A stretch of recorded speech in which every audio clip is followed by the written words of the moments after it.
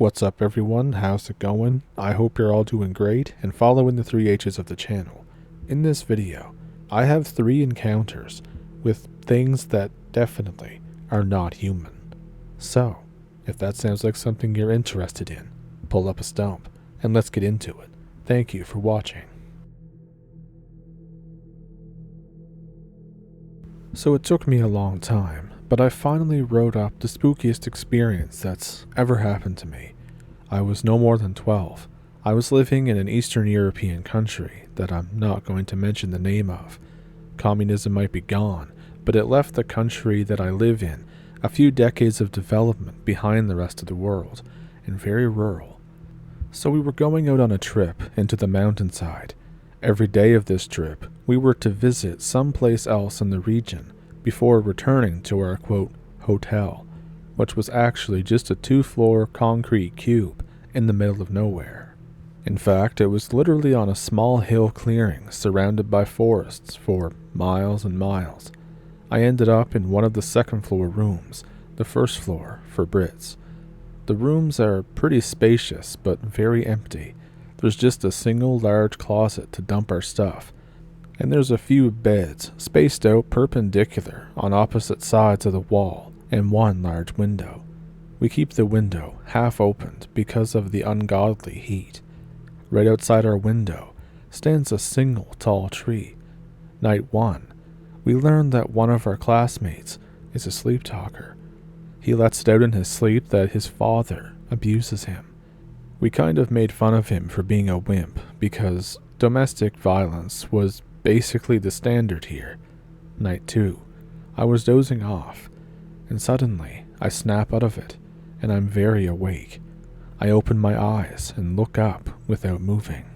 I needed a few seconds to adjust because the beds on my side of the room didn't get as much moonlight as the other side. There's a dark figure standing ominously over me. I thought, shit, what is this? That fight or flight feeling kicks in. I instantly spring out of the bed and I clock the figure where its head should be.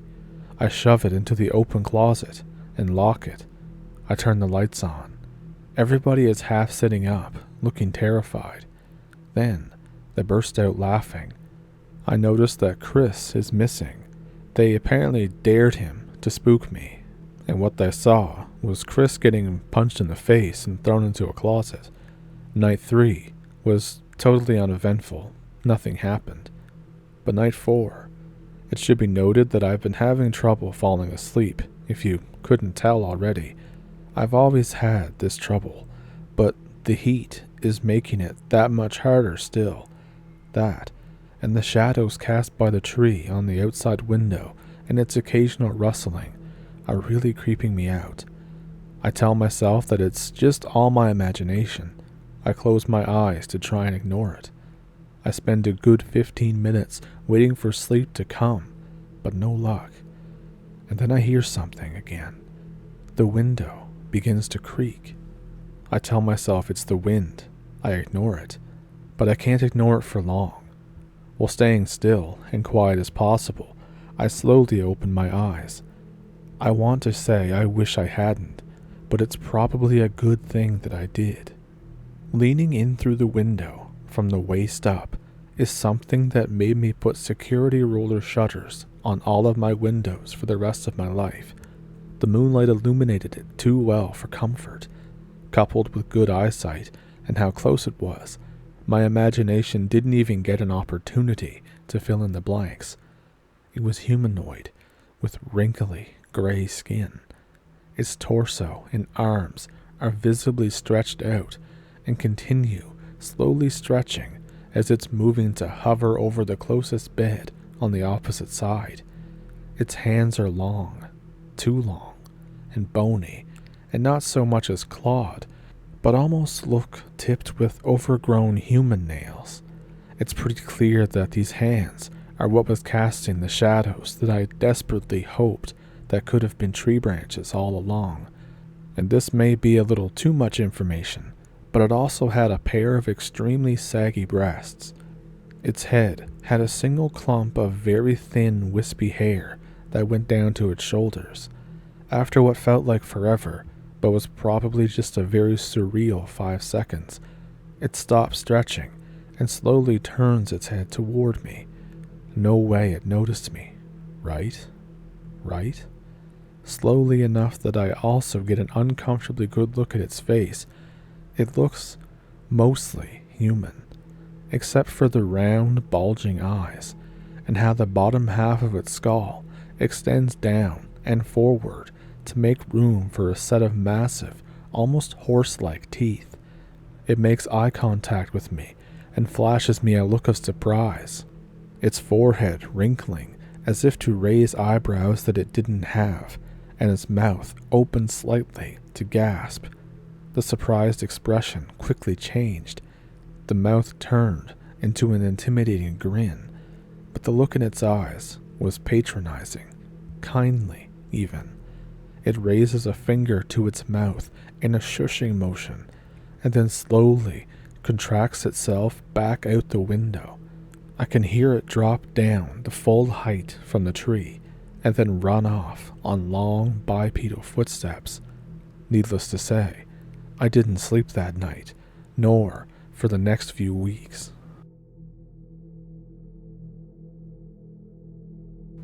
Like a lot of kids who were 15 at the same time as I was, summer camp was a super popular place to go.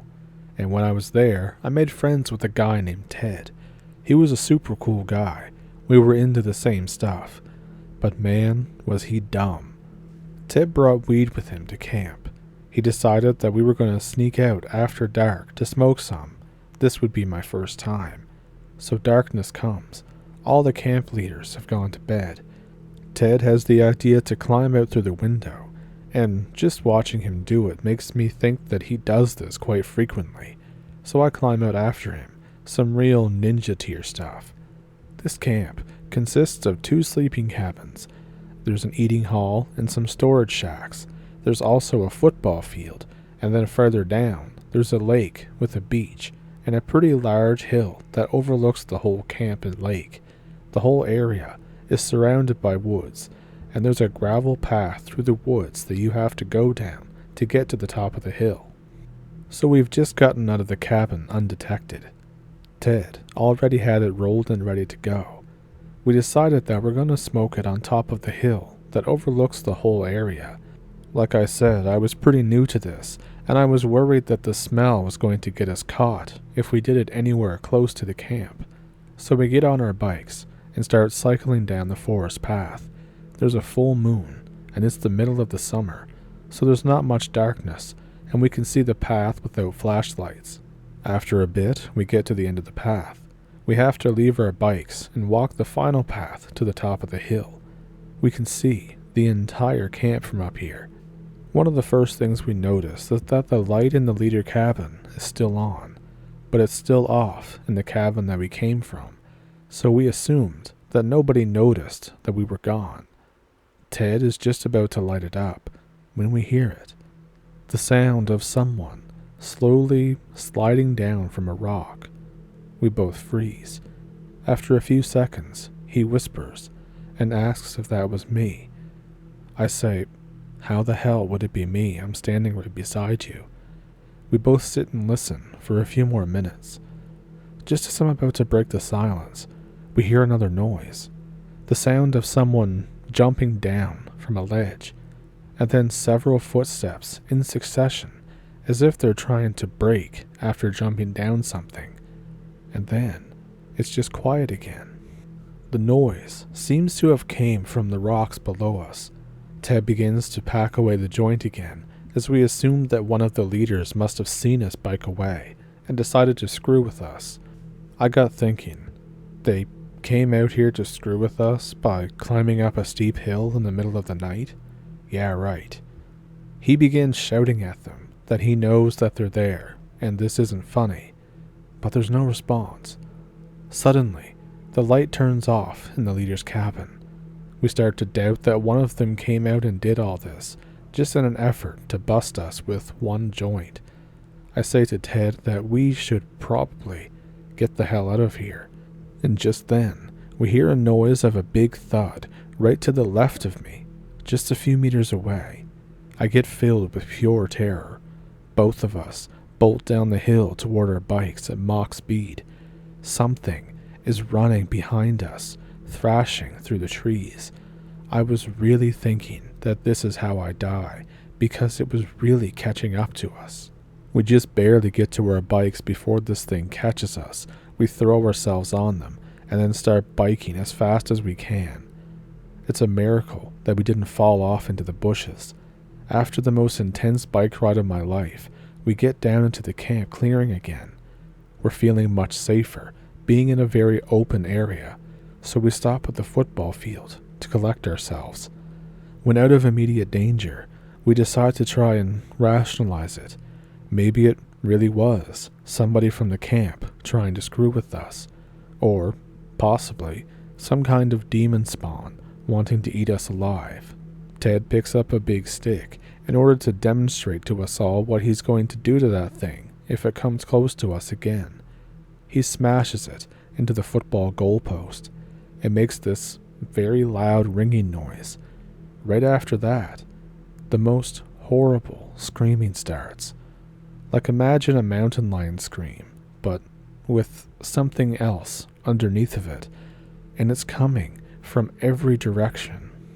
It really sounded like that the forest was screaming, like a symphony from hell. What started as sounding like a mountain lion seems to shift and contort into something else entirely. The fight or flight kicks in again.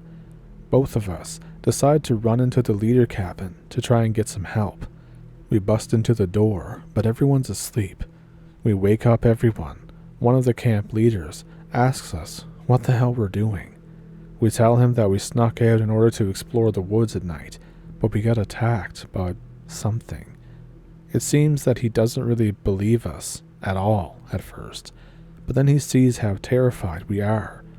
The screaming has stopped by now, and that, plus all the commotion that we've caused, has woken up the entire camp. The other camp attendants get up to see what's going on, and then every one of them, plus all the camp leaders, were in the cabins during the whole ordeal, so it couldn't have been any of them.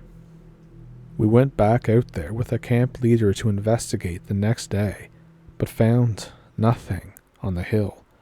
The rest of the week went by pretty uneventfully, with nothing scary happening, but we stayed the hell away from those woods after dark. But on the final night of the camp, I woke up in the middle of the night for no reason at all at 2 a.m. As I was laying in bed trying to fall asleep, I heard the same scream, faintly again, from far off, deep into the woods, but it's still enough to terrify me, and the screaming would go on and on for much longer than you would think any human or any animal could possibly hold a scream. But there would be short intervals of silence in between this, and this went on for hours, and each time it would sound like it was getting closer to the camp. I was too terrified to move, so I just laid in bed, staring at the window, waiting for that thing to pop up into full view. But it never came. Eventually the screaming seemed to stop or fade out, but I still laid there, staring at the window until sunrise. This is the only story I have that's worth writing down. I haven't had very much paranormal stuff happen to me, but as a kid, I lived in the Midwest. I lived about a mile out from a small town. This town had a population of about 3,000, a couple neighbors in a neighboring field, and nothing else really close, but it was still driving distance away. So this happened when I was maybe 10 years old. I was home alone. It was midnight. My parents were at the casino. I was up watching Taxi Cab Confession on HBO. Since I was a kid and I was home alone, I had premium channels. Most of it was boring, so I go to one of the windows facing our doghouse. I whistle for Spot. I can't hear anything, but I see her 2 eyes reflecting back at me. I would do this from time to time at night. It was fun, but it was also a little spooky to see eyes in the darkness like that. She knows that I'm inside on the second floor, so she just looks up at me. I notice a couple weird people get into the cab, so I go back to the TV because anything weird was very interesting to me as a kid. A little bit later, I go back to the window because the show got boring again. I whistle again, but this time there's no eyes from the doghouse. But there are eyes staring up directly at me from under the window. Startled and scared, I duck down. These eyes were not the same. They were closer together, not quite the same color white. It seemed too high off the ground. I keep quiet for a moment, listening for anything, but I only hear crickets. I crawl on my hands and knees quickly to the deck door. It was this really big double-wide sliding glass door, and I pull the cord to close the blinds. I crawl back away to the right of the door and into the kitchen, and there I wait. I still kind of think, hoping that it was my dog, but I wasn't sure. Either way, I was a kid, and staying hidden is exhilarating and somehow fun. At least it was to me. I couldn't hear anything come up the deck stairs. I thought that it was safe to take a peek through the curtains of the deck. I crawl to the door again, but I decide to make sure the sliding door is locked first. I poke my hands through the curtains near the handle and flick the lock down. And then bam! Something loudly bangs against the door where my hand had poked through. The whole glass door vibrates from the hit. The rollers the door is on are very smooth, and had I not locked it, could have just rolled open. I jerk my hand away. The curtains go swinging all over, but I'm too afraid to look out onto the deck. I just crawl back to the kitchen, and I'm still trying to be as quiet as possible. And then I hear people laughing loudly on TV. The kitchen has a window, but the deck doesn't quite reach under it. However, if someone were to lean over the railing, you could probably see into the kitchen. It's imperative that I stay under the window and to not be seen. This was not a game anymore. I was legitimately terrified. I begin to get overwhelmed and get worried that the main door down in the entryway is unlocked. I wait for the deck door blinds to stop swinging, listening for any movement at all. I crawl through the kitchen and living room and wait at the top of the steps that lead to the entryway. There's a tall window parallel to the front door. I would have to cross in front of it to go lock the door. I was horrified to have to do this. Ever since watching Silver Bullet with Corey Haim, I always dart by windows, whether open or closed. I dash down the stairs, lock the door, and run back up. As I'm darting by the window, something was looking through the window.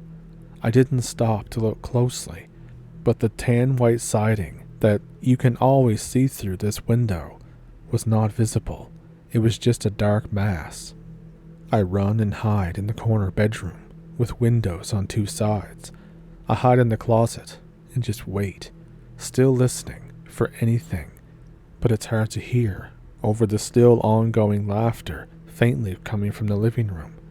After a few minutes, I come out of the closet, and I'm aware of how that sounds, so no pun intended, and I poke my head up at the window that would be the closest to overlooking the front door. I watch a dark shape walk from where the front door would be and go around the corner that I was over. It continues around the house. It's going back around to the deck, most likely. I silently open the door and crawl toward the kitchen area again, but I stay around the corner, waiting and still listening. I hear something, creaking and straining, coming from the door. Whatever it is trying to get in. It's trying to slide the door open.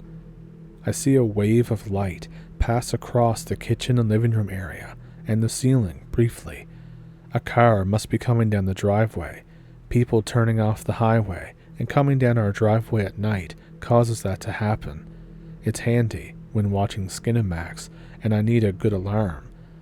My parents must be coming home. I feel a renewed wave of courage at the sight of their lights, and I run to the deck door to peek out the blinds. It's really dark, so I flick on the outside light. I see this black, pitch black, hunched over humanoid figure hopping the fence and disappearing into the neighbor's fields. It's clover season, so the fields are tall. The figure seems to hunch over greatly, or maybe he goes down on all fours, but I can't see it over the clover.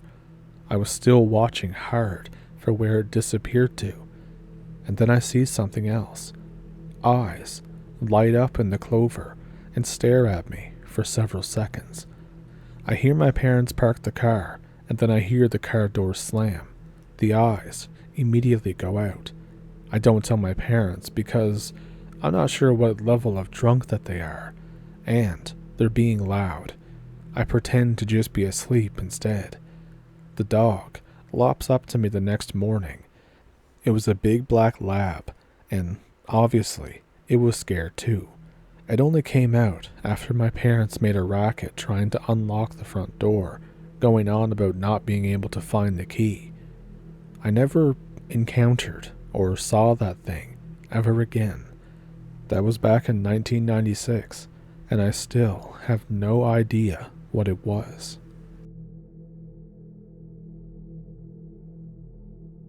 So in each of these encounters, what do you think that these people came face to face with? If you have any ideas, let me know down in the comments. And, of course, if you have your own story, you can send it to the email in the description below. Also down there are links to a PayPal and a Patreon, and you know the usual drill. If you liked the video, feel free to like and subscribe if you haven't already. And there's a new feature on YouTube called Hype. Some people have it, some people don't. It's kind of still in its beta thing right now, I think. But if you have the feature and you want to use one of them on one of my videos, I would be eternally grateful for that. What you get what I mean. And yeah, so I hope you enjoyed the video, and I hope you'll stick around for the next video. So, thank you for pulling up a stump, thank you for watching, have a good week, and I'll see you Friday.